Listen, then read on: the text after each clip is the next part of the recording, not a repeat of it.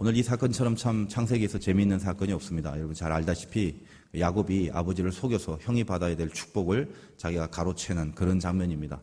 참 많은 교훈이 있고 또 참 재미있는 그런 우여곡절입니다만 오늘 이 사건을 통해서 운명은 우연이 아니라 섭니다라는 말씀이 우리에게 하나의 교훈이 되어야 된다라는 생각을 합니다. 여러분 그 내용이야 지금 뭐 집중해서 읽으신 분은 이전부터 알고 있던 내용에다가 다시 한번 점검을 했을 것이고 또 이제 초신자들이나 잘 모르시는 분은 오랫동안 성경 많이 읽는구나 이 생각만 아마 하면서 다른 공상을 하고 이 시간을 지냈는지도 모릅니다. 어쨌든 간에 여러 가지 사건들이 이렇게 얽히고 설키고 있습니다만 오늘 이 본문이 딱 한 가지 교훈을 주는 중요한 메시지가 뭐냐, 제일 중요한 메시지가 뭐냐라고 한다면 결국은 뭐 어떻게 되든지 간에 야곱은 축복을 받고야 말았다라는 겁니다. 그 메시지입니다. 사실 그 야곱이 축복을 받을 만한 조건이나 자격이 안 되는 걸 우리는 잘 알고 있습니다. 에서가 어떤 면에서나 훨씬 야곱보다 낫고 또 장자이기 때문에 축복을 받을 만한 명분이 분명히 있습니다. 야곱은 사실 축복을 받을 조건이 하나도 안 돼 있는데도 불구하고 다 속여서 아무튼 어머니도 도와주고 뭐 아버지도 속고 아무튼 별의별 이유들 변수들이 다 작용이 돼갖고 결국은 뭐냐면 야곱이 결국 축복을 받고 말았습니다. 그게 사실 제일 중요한 27장 전체에서 하나님이 하시고자 하는 겁니다. 어떻게든 야곱은 축복을 받더라 하는 것입니다. 왜 그럼 야곱이 축복을 받았을까? 딴 이유는 하나도 없습니다. 그것이 하나님의 약속이고 하나님의 말씀이었기 때문에 그렇습니다. 알다시피 리브가가 뱃속에서 쌍둥이가 있을 때 이미 리브가를 통하여 야곱은 그 에서보다 훨씬 더 큰 자가 될 거다라는 그런 하나님의 그 약속의 말씀을 받지 않았습니까? 그래서 이 하나님의 섭리가 실현되기까지 몇 가지 변수들이 분명히 있습니다만 그렇게 축복을 받을 수밖에 없는 상황으로 몰고 가시는 그런 하나님의 어떤 그 섭리들이 분명히 27장 전체에 그 깔려져 있습니다. 일단 첫째는 그 축복의 찬스가 일단 왔지 않습니까? 그들에게 27장 1절에 보니까 이삭이 나이가 많아 눈이 어두워 잘 보지 못한다. 그래서 맏아들 에서를 불러 이르되 내 아들아 내가 여기 있나이다. 이렇게 시작이 됩니다. 자, 나이가 많고 눈이 어둡게 됐다. 내가 이제 조금 있으면 죽을 것 같다. 그러니까 2절에 내가 이제 늙어 어느 날 죽을지 알지 못하니까 에서야 너 사냥 잘하지. 가서 맛있는 고기 좀 잡아와서 내가 원래 좀 고기를 좋아하는데 그 요리를 좀 잘해서 내가 죽기 전에 한번 맛보고 좀 죽었으면 좋겠다. 이렇게 이야기를 하는 것입니다. 신방을 이렇게 가다 보면 권사님들 중에 이렇게 나이 많으신 권사님들 있잖아요. 그럼 제가 건강하시죠 하고 오래오래 사셔야죠. 그러면 이구동성으로 하시는 말씀이 그런 소리 목사님 하지 말라고 빨리 죽어야지 오래 살면 되겠냐고 그런 말씀을 많이 하세요. 어떤 목사님이 이렇게 설교를 하면서 청중들에게 그렇게 물어봤대요. 여러분 중에 미워하는 사람, 자기가 미워하는 사람이 한 명도 없으신 분은 손 들어보라고. 그랬더니 아무런 반응이 없어서 다시 물었대요. 아무도 안 계시냐고. 그랬더니 저 뒤에서 나이 많으신 한 할아버지 권사님이 손을 들었답니다. 그래서 목사님이 참 감동이 되잖아요. 미워하는 사람이 아무도 없다니까. 그래서 권사님, 아니 어떻게 그렇게 할 수 있는지 말씀 좀 해주세요. 그렇게 얘기를 했더니 이 권사님이 이제 힘겹게 입을 여셨다는 거예요. 내가 사실은 있었는데 다 죽었어. 이렇게 이야기를 하더라는 것입니다. 야곱도 이제 죽을 날 가까웠다는 것입니다. 얼른 맛있는 거 해와. 이제 다 됐어. 근데 실컷 먹고 마지막 축복을 해줄게. 근데 이때 참 공교롭게 바로 그 시간에 그의 아내인 리브가가 27장 5절 보니까 이삭이 그의 아들 에서에게 말할 때에 리브가가 들었더니 듣자마자 찬스다. 내가 이제 아들 야곱이 축복을 받을 찬스가 드디어 왔구나. 그래서 리브가가 이제 전략을 짭니다. 야곱을 이제 불러갖고 너 지금 봐라. 아버지가 지금 이제 축복 주려고 하니까 너 지금 있으면 안 된다. 빨리빨리 준비해서 네가 빨리 가서 대신에 그 축복을 받아라. 우연히 이렇게 들은 것 같지만 사실은 참 신비하게 이끌려지는 섭리라는 것입니다. 이삭이 지금 죽겠다라고 얘기를 하고 축복을 했다고 지금 합시다. 죽겠다. 나는 이제 얼마 안 남았다. 이제 빨리 축복하고 죽어야 된다. 근데 이날 이후로 이삭은 43년을 더 삽니다. 그러니까 사실은 죽는다 하는 게 쉽게 죽는 게 아니에요. 오래 아마 사실 것입니다. 쉽게 안 죽습니다. 근데 희한하게도 또 그 말을 할 때 리브가가 어떻게 그 시간을 딱 맞춰서 그 소리를 들었겠는가. 이때 이삭의 나이가 몇 살이냐면 137세 정도 됩니다. 여러분 부부끼리 살다가 100세까지 사는 것도 힘든데 남편이 137세예요. 그 남편이 하는 소리를 평소에 뭐 그렇게 귀담아 듣겠습니까? 우스갯소리에 보니까 부부 사이에 남자들이 이렇게 매 맞는 이유가 있다고 그러는데 50대 남자는 아내한테 어디가 이렇게 물었다가 매를 맞는데 60대는 나도 따라갈래 이렇게 하다가 매를 맞는데 70대는 따라가려고 옷 입다가 매를 맞는다고 그러고 80대는 아침에 일어났다고 매를 맞는다고 그래. 187세의 이삭에게 도대체 뭔 관심이 있겠습니까? 리브가가 맨날 뭐 무슨 말을 하는지 그러려니 하고 했는데 이상하게 마침 그때 이삭이 이제 드디어 축복권을 발휘할 것이다라는 얘기를 그때 딱 듣는 거예요. 그래서 27장 6절에 보니까 리브가가 그의 아들 야곱에게 말하여 이르되 네 아버지가 네 형 에서에게 말씀하시는 것을 내가 들으니 이르기를 너는 이제 착착착착 진행해서 아버지 속이고 네가 축복받아라. 코치를 확 해줍니다. 더군다나 리브가는 남편이 이삭의 식성을 잘 알잖아요. 에서가 아무리 요리를 잘해도 엄마만 하겠습니까? 그래서 야곱에게 27장 9절에 보니까 염소 떼에 가서 거기서 좋은 염소 새끼 2마리를 갖고 와요. 염소 새끼 2마리. 많이 요리를 하겠다는 것이 아니라 요리를 해보고 어느 게 고기 질이 더 좋은가. 그러니까 별미 중에 별미를 만들려고 야곱에게 코치를 해서 가장 맛있게 리브가가 만들겠다라는 것입니다. 그래서 이 요리를 갖고 드디어 이제 야곱이 이삭에게 들어갑니다. 이삭이 뭐 눈이 어둡다고 하지만 이 이후로 43년을 더 살았으니까 사실 의식이 말짱하거든요. 그러니까 아무리 생각해도 이상한 거예요, 논리적으로. 얘가 사냥 갔다 오면 뭐 이삭에 뭐 불도 붙여야 되고 뭐 또 뭐 가죽도 벗겨야 되고 뭐 여러 가지 작업이 필요한데 너무 일찍 온 거예요. 그래서 이상한 거죠. 그래서 27장 20절에 이렇게 이야기합니다. 이삭이 그의 아들에게 이르되 내 아들아 네가 어떻게 이같이 속히 잡았느냐? 야곱이 좀 당황했습니다만 원래는 약삭 빠르죠. 머리가 잘 돌아가서 거짓말도 잘합니다. 그가 이르되 아버지의 하나님 여호와께서 나로 순조롭게 만나게 하셨다. 아버지 나갔더니 바로 사냥감이 보이고 바로 요리할 수 있게 되었습니다. 다 하나님의 은혜입니다. 이렇게 이제 딱 둘러대는 거예요. 그래서 조금 이렇게 의심이 되는 거죠. 그래서 가까이 와라 해서 만져봤더니 이미 그 전에 엄마가 다 조치를 취해놨죠. 염소의 가죽으로 그러니까 손과 목을 다 장식하고 그리고 이삭을 속이는데 성공합니다. 근데 27장 24절에 보니까 이삭이 이르되 네가 참 내 아들 에서냐? 뭐 털도 있곤 하긴 한데 목소리를 들어보면 아닌 것 같고 굉장히 좀 석연치 않죠. 그래서 자꾸 좀 긴가민가 하는 그런 가운데 있습니다. 어쨌든 차려온 음식이 맛있으니까 잔뜩 먹고 나서 이제 27장 26절에 마지막 점검을 합니다. 그의 아버지 이삭이 그에게 이르되 내 아들아 가까이 와서 내게 입 맞추라. 뭐 다 큰 아들 귀엽다고 와서 뽀뽀해 뭐 이렇게 하겠습니까?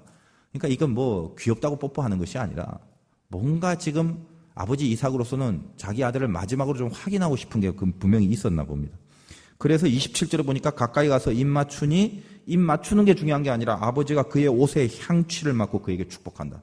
옷의 냄새를 딱 맡아보는 순간 너 에서 맞구나 그랬다라는 거예요.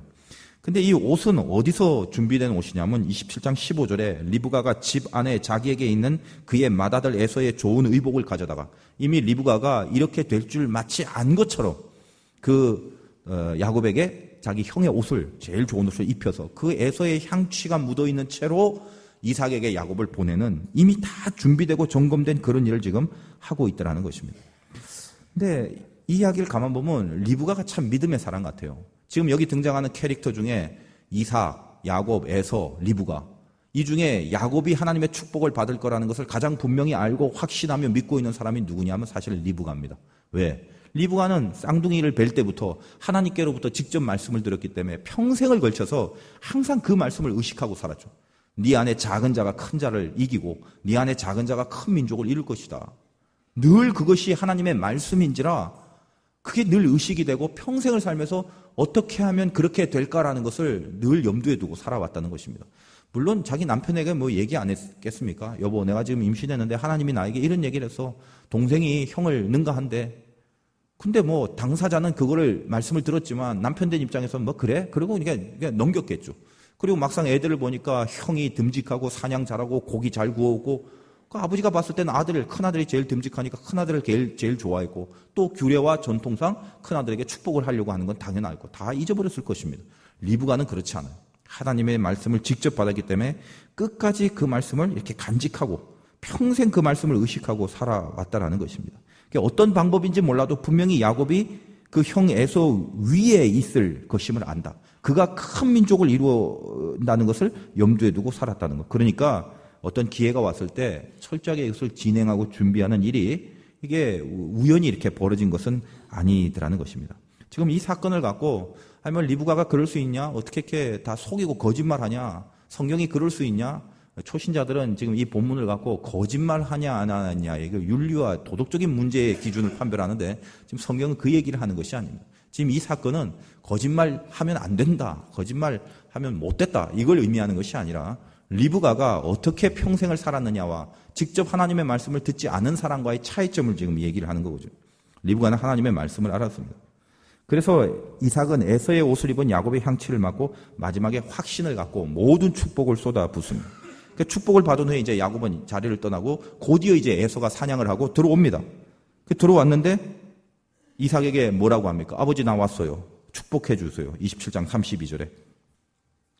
그의 아버지 이삭이 그에게 이르되 너는 누구냐? 황당하죠. 이삭은. 축복 다 했는데 갑자기 와갖고 뭐 이 에서라고 하니까 너는 누구냐? 그러니까 저요. 나 아버지 아들 에서잖아요. 뭐 이렇게 모른 체 하세요. 저 이제 왔어요. 아버지가 그 사냥해갖고 오라고 그랬잖아요. 그때 이삭의 머리는 무슨 큰 망치에 한 대 맞은 것처럼 찌릿했을 것입니다. 뭔가 이렇게 한 대 딱 맞은 것 같은 그 느낌. 그것을 성경은 무엇으로 표현하냐면 33절에 이삭이 심히 크게 떨며, 오늘 제가 이 말씀 가운데 제일 은혜 받은 장면이 심히 크게 떨며 이겁니다. 이삭이 심히 크게 떨었다. 도대체 이삭이 그렇게 심히 크게 떨었던 구체적이고 궁극적인 이유가 무엇일까? 야곱이 자기를 속인 것에 대한 분노 때문에 치를 떠는 그런 떨림이었을까? 아니면 에서에게 줄 축복을 야곱이 다 받아갔기 때문에 에서는 더 이상 축복을 받지 못해서 이 아들에 대한 연민과 안타까움으로 털을 이게 막 떨고 있을까? 그게 아닙니다. 뭔가 지금 이삭의 이 떨림 속에는 큰 깨달음이 있더라는 것입니다. 저는 이 뒤에 벌어지는 이삭과 에서의 대화, 그리고 이 에서의 갈등과 분노, 이런 것들을 뒤에 이제 다루면서 이삭이 왜 크게 떨었는가에 대한 진짜 이유를 제 나름대로 알게 됐습니다. 오늘 본문 한 장을 길지만 다 읽은 이유도 이 한 가지 사건 속에서 일괄적으로 제시하는 하나님의 메시지가 있기 때문에 그렇습니다. 잠깐 한번 살펴본다면 이삭이 크게 떨었다고 하지 않았습니까? 그리고 어떻게 에서에게 반응하느냐. 이 뒷얘기를 살피기 전에 여러분 한번 상식선상에 한번 두십시오. 여러분이 다 이삭입니다. 자, 큰아들한테 축복하려고 벼르고 있었는데 갑자기 속았어요. 큰아들이 왔어요. 그리고 울며 불며 세상에 이렇게 어떻게 일이 이렇게 풀리냐고, 아버지 나를 왜 축복 안 해주냐고. 근데 자기가 속았다는 걸 알고 나서 그 다음에 저도 어떻게 하겠습니까? 자기가 사랑하는 아들이니까 야 미안하다, 내가 좀 실수를 했구나. 어쨌든 간에 혹시 뭐 남은 거라도 있으면 내가 너한테 줄 테니까 걱정하지 마라. 내가 뭐 어떻게든 널 잘 챙겨줄게 하고 뭐 위로하고 같이 의기투합하여 분노하고 이 야곱 같은 이 녀석 세상에 아버지와 형을 속이다니 우리 가만 내버려두면 안 되겠다 뭐 이러면서 좀 으쌰으쌰하는 뭐 이게 상식적으로 진행돼야 되는 거 아니겠습니까? 그런데 이상하게 달라집니다. 이삭의 판도가 바뀌어버립니다. 에서를 향한 반응이 달라요. 33절 보니까 이삭이 심히 크게 떨며 이르되 그러면 사냥한 고기를 내게 가져온 자가 누구냐? 네가 오기 전에 내가 다 먹고 그를 위하여 축복하였은즉 그가 반드시 복을 받을 것이냐. 야 에서야, 야곱이 반드시 복 받는다. 이렇게 그냥 말을 해버리는 거예요. 넌 미안하지만 국물도 없다. 뭐 이런 뜻이라고요. 그랬더니 34절에 에서가 그의 아버지 말을 듣고 소리내어 울며, 이 터프한 사냥꾼, 이 터프가이 에서가 소리를 내며 울며 아버지한테 내 아버지여 내게 축복하소서, 내게도 동일하게 축복해달라고 그렇게 이야기를 합니다. 그랬더니 35절에 이삭이 이르되 네 아우가 와서 속여서 네 복을 빼앗았도다. 위로를 안 해요. 위로를. 야야 네 아우 야곱이 벌써 다 뺏어갔어. 너 미련 버려라. 너 울고 있어서 안타깝지만 내가 달래주지 못하겠다. 이미 끝났다. 아예 그냥 못을 확 박아버리는 거예요. 다 뺏어갔대. 남김없이 다 뺏어갔다. 36절에 에서가 이르되 그의 이름을 야곱이라 함이 합당하지 아니하나이까. 아버지 보세요. 야곱 걔 이름 그 강사한 자, 강도, 약탈자 이름값 하죠. 그 이름 진 그대로 지금 살죠. 옛날에도 그가 나를 두 번째 지금 속였는데 처음엔 장자 명분 빼앗았고 이제 내 복까지 빼앗았어요. 아버지 이거 내버려 두면 됩니까? 그리고 나를 위하여 저런 야곱 같은 것도 축복을 했는데 나를 위하여 빌 복을 남기지 않았습니까? 아버지? 이렇게 지금 나오는 거죠. 그랬더니 37절에 이삭이 에서에게 대답하되 이르되 야 뭐 진정해라, 내가 도와줄게, 이렇게 얘기를 해야 되는데 내가 그를 너의 주로 세우고, 야 야곱이 너의 주인이 돼. 그의 모든 형제를 내가 그에게 종으로 주었고 곡식과 포도주를 그에게 주었으니 내 아들아 내가 너에게 무엇을 할 수 있으랴. 야 야곱 다 갖고 갔다. 기차 떠났다. 끝났다. 너는 아웃이다. 이렇게 얘기를 하는 거예요. 왠지 이상하지 않습니까? 지금 이삭이 에서를 향하여 이렇게 냉혹합니다. 끝났어요. 더 이상 뭐 달래주거나 뭘 위로해주거나 걱정하지 마. 그래도 내가 너 위해서 뭐 집 한 칸은 마련해서 뭐 뒷동산에 저 부동산 넣어줄게. 이렇게라도 나와야 되는데 전혀 아무것도 없어요. 끝났다. 38절에 에서가 아버지에게 이르되 내 아버지여, 아버지가 빌복이 하나뿐이라니까. 아니 다 갖고 갔어요? 그 하나 남은 거 다 갖고 왔냐고요? 아버지 내게 축복하세요. 내게도 그리하세요. 하고 소리를 높여 우니 얼마나 안타깝겠습니까? 분통 터질 노릇이죠. 근데 어떡해요? 39절에 아버지 이삭이 그에게 대답하되 너의 주소는 땅의 기름짐에서 멀고 내리는 하늘 이슬에서 멀 것이고 너는 절대로 땅의 기름짐을 얻을 수 없어. 왜? 야곱이 갖고 갔어. 너는 칼을 믿고 생활하겠고 네 아우를 섬길 것이며 네가 매임을 벗을 때에는 그 멍에를 네 목에서 떨쳐버리라. 꽉 조여져 있다가 어느 날 그 야곱과 이스라엘 틀에서 벗어나서 나중에 여러분 저번 시간에 했지만 에서는 에돔이라는 민족을 이루어서 끝내 저주받지 않습니까? 벗어나면 그때만 잠시 해방될 뿐이지 너는 끝내 네 아우 밑에서 사는 그런 족속밖에 안 된다. 이 씩씩한 아들이 소리 높여 울며 애원을 하는데도 너는 끝났다. 불에 기름을 붓는 것처럼 완전히 절망스럽게 만들어버립니다. 그러자 에서가 드디어 이제 야곱을 죽여야겠다라고 마음을 먹기 시작합니다. 어쩌면 이삭은 자기가 잘못한 게 분명히 있기 때문에 뭔가 이 에서를 잘 위로해줘야 될 입장인데도 불구하고 상당히 단호하지 않습니까? 말이나마 야 그래 내가 참 무지하다. 내가 넌 줄 착각했다. 울지 마라. 뭐 손수건도 주면서 너는 그래도 사냥 잘 하잖냐. 나하고 같이 고기나 구워 먹고 살자. 뭐 아무튼 몇 개 줄게. 내가 남은 거 내가 내 호주머니에 있는 건 너 다 줄게. 이렇게 해야 되는데 도무지 위로가 안 보입니다. 야곱을 향하여 분노를 바라고 같이 그래야 되는데 상식적으로 그런 모습이 보이지 않는다는 거예요. 왜 그럴까? 저는 이렇게 생각합니다. 이삭이 심히 크게 떨었을 때 큰 충격적인 깨달음을 얻었기 때문에 그렇습니다. 무엇입니까? 속았다라는 걸 아는 순간 그 옛날 그의 아내인 리브가가 쌍둥이를 잉태할 때 하나님께로부터 들은 그 말씀, 여보 내 아내 이 작은 애가 큰 애를 섬긴대요. 왜 그래? 스쳐 지나갔겠죠. 근데 결국 세월이 많이 지나고 보니까 이 일이 이루어지더라는 거예요. 아, 인생이라는 게 절대로 우연이 아니라 하나님이 작정하시면 그 일이 어떻게든 이루어지는구나라는 것을 성경같이 깨달은 거예요. 이삭이 신앙이 없는 사람이 아닙니다. 신앙이 있는 사람이었지만 이 귀한 진리 앞에 새삼스럽게 깨지는 것입니다. 그래서 이삭이 축복한 내용은 오늘 29절에 다시 보시면 이런 축복을 합니다. 만민이 너를 섬기고 열국이 너에게 굴복하리니 네가 형제들의 주가 되고 네 어머니의 아들들이 내게 굴복한다. 이 말은 쉽게 말하면 너는 모든 형제, 야곱아, 이게 자기네 애손 줄 알았겠죠. 어쨌든 너는 모든 형제들 중에 네가 으뜸이 되고 다른 모든 형제들이 너를 섬기게 된다. 이 말이거든요. 이 축복을 할 당시 이삭은 성령에 깊이 심취하여 이 당시 족장이 갖고 있는 영성으로 그의 예언적 축복을 그의 아들에게 하는 장면입니다. 그러니까 뭐 미리 무슨 준비물 써놓고 한 게 아니라 하나님이 주시는 영감을 갖고 하나님의 뜻을 얘기를 한 거라고요. 자기가 그런 축복을 미리 준비한 게 아니라 어떤 말이 나오는지는 몰랐지만 축복의 내용이 그런 거였다라는 거예요. 근데 그렇게 축복을 하고 나서 옛날 리브가가 했던 말이 번뜩 생각이 난 거죠. 25장 23절에 리브가가 받은 하나님의 말씀이 무엇인지 다시 한번 봅시다. 25장 23절. 여호와께서 그에게 이르시되 두 국민이 네 태중에 있구나. 두 민족이 내 복중에서부터 나누이리라. 이 족속이 저 족속보다 강하겠고 큰 자가 어린 자를 섬기리라.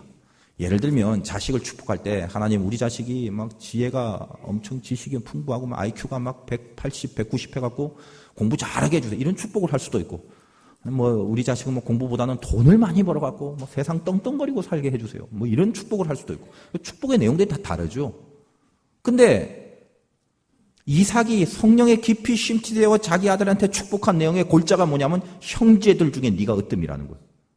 근데 그 이야기가 어디서 나왔냐면 퍼뜩 생각해보니까 그 옛날 리브가가 임신했을 때 내 안에 작은 자가 큰 자를 섬기겠다라고 하나님께로부터 받은 말씀과 일치하는 것을 그때야 비로소 깨닫고 심히 떨며 하나님 앞에 이 큰 섭리 앞에 깨달음을 갖고 두려워 떨고 있는 그런 각성이 생겼다라는 것입니다.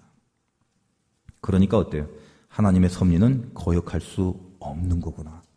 반드시 이루어지고 하나님의 섭리 안에 있으면 절대로 인생은 우연이나 확률이나 통계나 재수가 있냐 없냐의 싸움이 아니라 하나님의 그 말씀하신 다스림 속에 이루어지는구나라는 것을 한겨울의 서리발처럼 만나게 된 것입니다. 인생이라는 건 하나님의 섭리 안에 있는 게 인생이다. 그래서 크게 마음속에 떨고 있더라는 것입니다. 그러니까 나중에 리브가가 이제 에서가 야곱을 죽이겠다고 하니까 외삼촌 라반의 집으로 보내죠. 그리고 보낼 때 이 이삭이 야곱을 다시 불러갖고 너 임마 왜 날 그때 속였다고 야단치는 것이 아니라 이 섭리를 깨닫고 나서 오히려 같이 28장 이제 1절에 보니까 이삭이 야곱을 불러 그에게 축복하고 야단 안 쳐요. 또 당부하여 이르되 너는 가나안 사람의 딸 중에서 아내를 맞이하지 말고 네 엄마가 보내는 외삼촌 집에 가서 족속 가운데 다루고 가라 그래. 내가 네 엄마한테 동의한다. 너도 빨리 외삼촌 집에 가서 에서가 너를 죽이는 것을 모면해라. 이렇게 드디어 이 야곱을 향한 컨셉이 바뀌게 되는 것입니다. 천하의 이삭도 분명히 알고는 있었겠지만 인생이라는 게 우연이 아니라 하나님의 말씀이 이루어지고 하나님의 깊은 섭리 안에 인생이라는 게 들어가 있다는 것을 온몸으로 체험하면서 깊은 믿음의 간증이 생겼던 것입니다. 여러분 살아가면서 믿음으로 산다는 게 무엇입니까? 믿음으로 사는 그 순간부터 내 인생에 우연 이런 거 없습니다. 우연이 있다면 우연히 잘 될 수도 있겠지만 우연히 망할 수도 있는 것이고 우연이 있다면 우연히 복받을 수도 있겠지만 우연히 저주를 받을 수도 있는 것이고 우연히 지배하는 삶 속에서 사는 자의 심정은 무조건 불안입니다. 그리고 두려움입니다.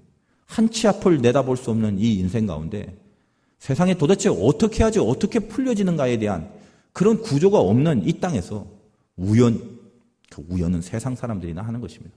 우리가 예수를 믿었다는 것은 섭리 안에 들어왔다 이렇게 바꾸어서 이야기를 하면 됩니다. 이제 하나님이 관리하십니다. 우리의 믿음이 크든 작든 간에 하나님 안에 들어왔습니다. 그분의 컨트롤이 우리 인생을 풀어갑니다. 그게 섭리입니다. 여기서 예배드리는 우리 모두는 다 하나님의 섭리 안에 있습니다. 믿음이 좋아서가 아니라 하나님의 다스림 속에 있다는 것입니다. 그러므로 우리는 불안해하거나 염려하거나 걱정해야 될 문제가 분명히 있음에도 불구하고 그보다 더 깊은 곳에서 나를 이끄시는 하나님의 뜻이 있다는 것을 알고 살아가는 인생입니다. 그러므로 해석이 바뀝니다. 고난을 바라볼 때 해석이 달라집니다. 닥친 환난을 바라보는 게 세상 사람들이 보는 것과 다릅니다. 우리만이 믿음 안에서 해석하고 이해하는 우리만의 틀이 있더라는 것입니다. 여러분이 섭리를 믿는다면 우리 인생 가운데 그렇다면 무엇을 해야 될 것인가? 내가 섭리를 믿는 믿음으로 살아간다면 내 인생에 그 다음에 가장 중요한 게 뭔가라는 것. 그거를 발견해야 되는데 오늘 이 본문을 통하여 제가 한마디 말씀을 드리면 나 자신의 변화를 추구하는 것 이것이 하나님의 섭리를 믿는 자의 삶의 가장 중요한 부분입니다. 변화입니다. 변화. 여러분 섭리는 하나님의 다스림이라고 그랬습니다. 그러니까 우연이 아니라 하나님이 다 간섭하는 것입니다. 다스린다.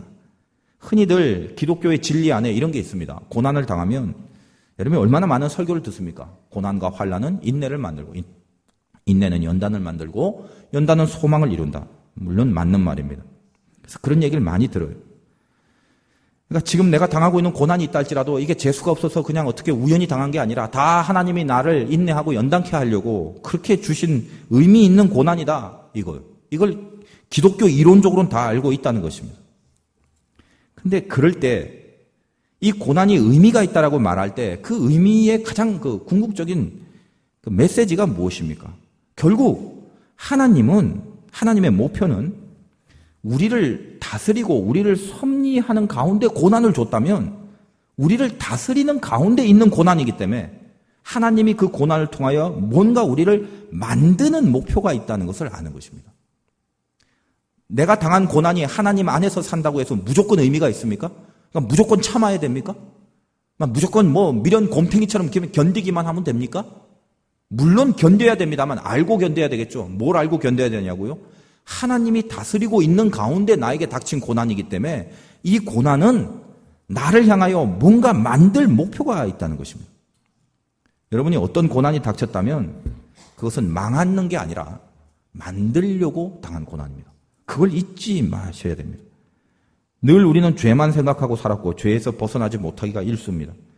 이런 죄된 우리를 하나님의 의인으로 만들어 놓으시려고 우리를 불러주셨고 우리에게 고난을 주십니다.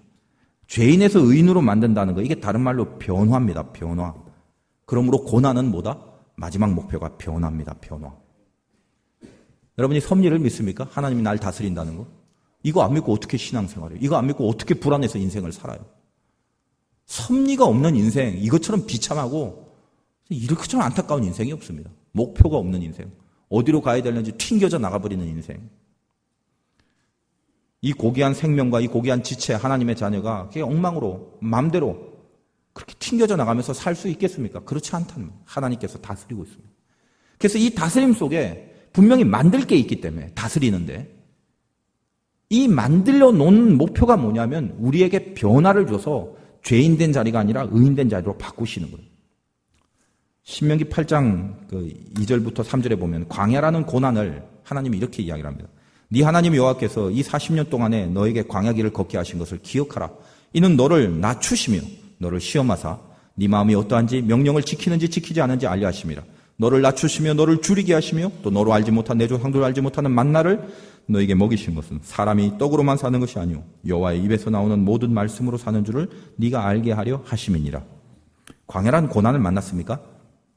줄이고 목마르게 한 이유가 뭐라고요? 너를 낮춰서 사람이 떡으로만 사는 것이 아니라 하나님의 말씀으로 사는 것이 그게 맞는 거다라는 것을 너를 낮추어서 가리키려고, 그렇게 너를 변화시켜서 세상 것 붙잡고 사는 게 아니라 말씀을 붙잡고 살아가는 인간으로 변화시키기 위하여 내가 너에게 광야라는 고난을 줬다. 그러니까 여러분, 만약 광야라는 고난을 통과했는데 말씀으로 사는 사람으로 변화가 되지 않았다면 그놈의 광야는 쓸데없는 광야가 되겠죠. 그리고 그것은 절대로 광야를 통과한 인생이 아닐 것입니다. 여러분, 이스라엘 역사에 큰 교훈이 있어요. 이스라엘 역사의 1세대가 광야에서 40년을 유리하면서 한 열흘이면 갈 수 있는 거리를 40년 동안 뺑뺑이 돌면서 1세대가 거기서 주저앉아 버렸습니다. 그래서 신명기는 두 번째 듀트로노미, 두 번째 율법인데 이걸 붙잡고 여호수아와 갈렙은 이 세대를 데리고 가나안 땅으로 들어갔습니다. 그 2세대들이 뭘 통과한 사람이에요? 광야를 통과한 사람. 고난을 통하여 인간이란 자기가 갖고 있는 걸로 사는 것이 아니라 하나님의 말씀으로 사는 것이라는 것을 분명히 알고 그 각성을 갖고 있는 자들이 가나안 땅으로 들어가요. 그래서 그들이 가나안에서 여리고를 만납니다. 큰 고난을. 근데 어떻게 해요? 하나님의 말씀에 순종하고 하나님의 말씀대로 여리고를 반응하면서 하나님이 여리고를 무너뜨리는 경험을 하지 않습니까? 그게 믿음을 갖고 살아가는 사람. 그것이 변화된 사람의 위력입니다. 위력. 여러분, 그러므로 섭리를 믿는 사람은 고난을 당할 때 잘 생각하셔야 돼요. 우리는 보통 이렇게 생각하죠. 고난이 있으면 이거 의미가 있대. 목사님 설교했잖아. 이거 성경에도 있잖아. 잘 참으면 그 다음에 좋은 게 온대. 그러니까 좀 더 참으면 해결돼. 이렇게만 보시지 말라는 거예요. 그 분명히 맞는 말입니다. 틀림없는데 그렇게만 봐서는 안 됩니다. 어떻게 봐야 되냐? 섭리는 다스림이라고 그랬죠. 섭리를 믿는다면, 나를 다스리는 하나님을 믿는다면 다스리는 데는 목표가 있다는 것입니다. 그 하나님의 목표가 뭐라고요? 나를 변화시키는 거라고요. 그러니까 섭리 안에 있는 사람들은 고난이 불어닥칠 때 제일 먼저 생각해야 될 게 뭐냐 하면, 이 고난은 해결될 것이다라는 믿음을 갖기 전에 나는 이 고난으로 인하여 변화돼야 한다는 생각부터 해야 되는 것입니다. 이게 제일 중요한 것입니다. 여러분, 망했습니까? 그 문제를 하나님이 일으켜 세우시기 전에 망한 여러분을 반드시 하나님은 변화시키고 만들어내십니다. 이게 신앙입니다. 나는 변화되긴 싫은데 망하고 싶진 않아. 그러면 안 되는 것입니다. 그런 법은 없습니다. 그래서 하나님을 믿고 따라 섬기는 사람들에게는 이 세상 사람들과는 더 깊은, 이상하게 더 깊은 환난, 이상하게 더 안 풀리는 문제와 계속적으로 봉착하게 됩니다. 왜요? 그걸 통하여 하나님이 목표하는, 다스려서 목표하는 대로 이끌어 가시려고 하는 것이기 때문에 그렇습니다. 변화입니다. 변화. 여러분, 변화라는 게 얼마나 중요한지 잘 생각해 보십시오. 내가 변화돼 버리면 더 이상 나의 대적은 대적이 될 수가 없습니다. 그 문제가 풀려서 내가 괜찮아지는 게 아닙니다. 내가 변화돼 버리면 그 문제는 더 이상 나에게 적수가 안 됩니다. 이게 변화의 능력입니다. 여러분, 야곱의 스토리가 굉장히 진한 이유가 뭐예요? 숱한 고난을 통해서 야곱이 변화되기까지 지난 세월을 흐르죠. 지금 야곱이 에서에게 죽게 된 지경이라서 고난이 불어닥치지 않습니까? 그래서 이 고난을 피하는 대책으로 그 엄마가 외삼촌 집으로 얘를 떨려 보냅니다. 그리고 외삼촌 집에 가고 그쪽으로 피신하면 대책입니까? 그게 해결되는 거예요? 고난이 풀려지는 겁니까? 지금 엄마 리브가가 야곱에게 외삼촌 집에 가라고 해놓고 뭐라고 말하냐면 27장 44절에 네 형의 노가 풀리기까지 몇 날 동안 그와 함께 거주해라. 야, 며칠 걸리면 형이 다 감정이 풀어질 거야. 그때 오면 돼. 그냥 몇 날, 며칠만 가 있어. 이렇게 얘기를 해요. 근데 정말 야곱이 이 외삼촌 집에 가서 며칠만 있었습니까? 줄려봐서 대강 한 근 20년간을 외삼촌 집에서 삽니다. 며칠인 줄 알고 갔다가 20년을 죽자 고생합니다. 그 고난을 피하여 그게 대책인 줄 알고 갔더니 대책이 아닙니다. 야곱보다 훨씬 더 사기꾼 군성이 강한 외삼촌을 만나서 그 외삼촌한테 속아서 라헬과 레아를 얻기 위하여 7년 더하기 7년 14년 이상을 새가 빠지게 종살이하고 사기당하고 문제가 해결되는 게 아닙니다. 이 모든 고난의 연속성을 통해서 하나님은 단 하나의 목표, 야곱을 이스라엘로 변화시키는 것입니다. 야곱을 드라이브, 계속 몰고 가는 하나님의 섭리입니다. 뭐가 목표라고요? 에서한테 죽임을 당하지 않는 그 문제, 그걸 해결하기 위한 게 목표가 아니라 야곱 자체의 존재를 변화시키는 것입니다. 나중에 많은 세월이 흐르고 야복강가에서 환도뼈가 깨지고 드디어 야곱이 인생이 내 손에 달린 것이 아니다라는 것을 오늘 이삭처럼 망치로 크게 맞은 것처럼 이 야복강가에서 깨닫죠. 변화가 됩니다. 그때 하나님이 드디어 야곱을 네 이름을 이제 약탈자, 간사한 자가 아니라 이스라엘로 부르리라. 야곱이 변화되니까 이제까지 에서가 자기를 죽일 줄 알고 늘 그의 대적은 에서였는데 나중에 다뤄보겠습니다마는 변화된 야곱이 에서한테 가자. 에서는 야곱을 끌어안고 목에 입을 맞추며 그를 죽이지 않는 사람으로 그렇게 다가오게 됩니다. 그게 신비입니다. 우리가 변화가 되기만 하면 내가 이제 그렇게 문제 삼았던 것들이 더 이상 그 자체가 바뀌거나 변화된다는 차원이 아니라 더 이상 나를 어찌할 수 없게 됩니다. 더 이상 나의 대적이 안 된다는 것입니다. 이삭도 마찬가지. 노년에 하나님의 섭리를 믿지 않습니까? 야곱에게 사기를 당하긴 당했지만 야곱도 보니까 하나님의 인생이 있구나. 얘도 섭리가 있구나. 자식의 운명을 내가 어떻게 할 수 있는 게 아니구나. 그래서 이 야곱과 자기 아들 이 에서의 운명을 다 하나님의 말씀 앞에 이양을 합니다. 뒤늦게 이삭도 깨달은 거예요. 그리고 리브가의 말을 다 듣고 야곱을 야단치지 않고 얘도 하나님의 섭리가 있으니 나를 떠나보내야겠다. 하나님의 섭리에 맡기는 것입니다. 요즘 제가 계속 신방을 돌고 있는데 신방하면서 기도거리, 걱정거리, 자식들의 걱정이 참 많습니다. 어떻게 하면 자녀들 건강할까? 직장생활 잘할까? 진학 잘 될까? 결혼 잘할까? 그런 걱정과 염려들이 다 많습니다. 우리 애들이 믿음이 있어야 되겠는데 교회 다녀야 되겠는데 그래서 믿음 문제, 영적, 현실적 문제, 진로, 진학 문제 많습니다. 산적합니다. 근데 솔직히 말씀드립니다만 여기 부모님들 많잖아요. 자식들 미련 버려야 됩니다. 자식들한테 기대를 하면 안 돼요. 이게 무슨 말이냐면 이 자식은 내 자식이 아닌 것입니다. 성인으로 키웠으면 이 애도 운명이 우연이 아니라 하나님의 섭리의 틀에 있다는 것을 분명히 봐야 된다는 것입니다. 창세기 2장 24절에 보면 원래 남자가 부모를 떠나 둘이 한 몸이 되래.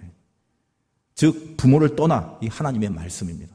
부모를 떠난다는 게 어디 멀리 이사라는 소리가 아니라 부모로부터의 독립, 부모의 입장에서 봤을 때는 자식을 자꾸 자기 컨트롤 안에만 넣으려고 하는 것이 아니라 하나님이 끌고 가시는 이 섭리로 자식의 모든 인생과 운명을 이양하는 겁니다.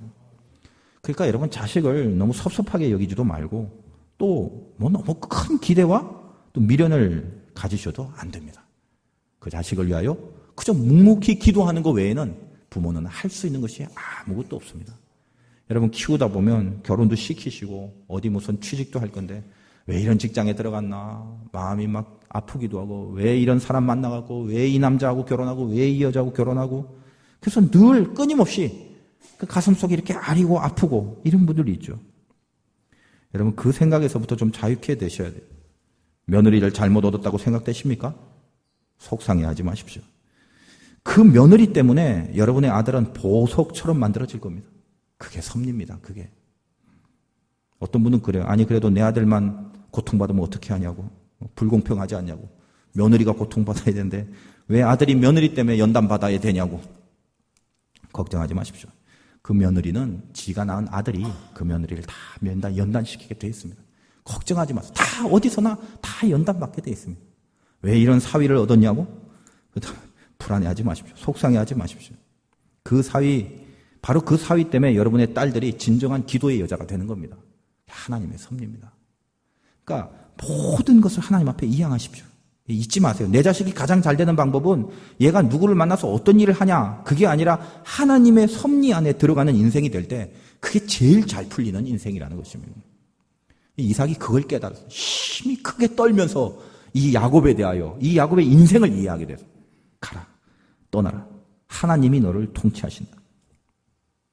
여러분, 우리에게도 이런 이삭과 같은 큰 떨림이 있었으면 좋겠어요.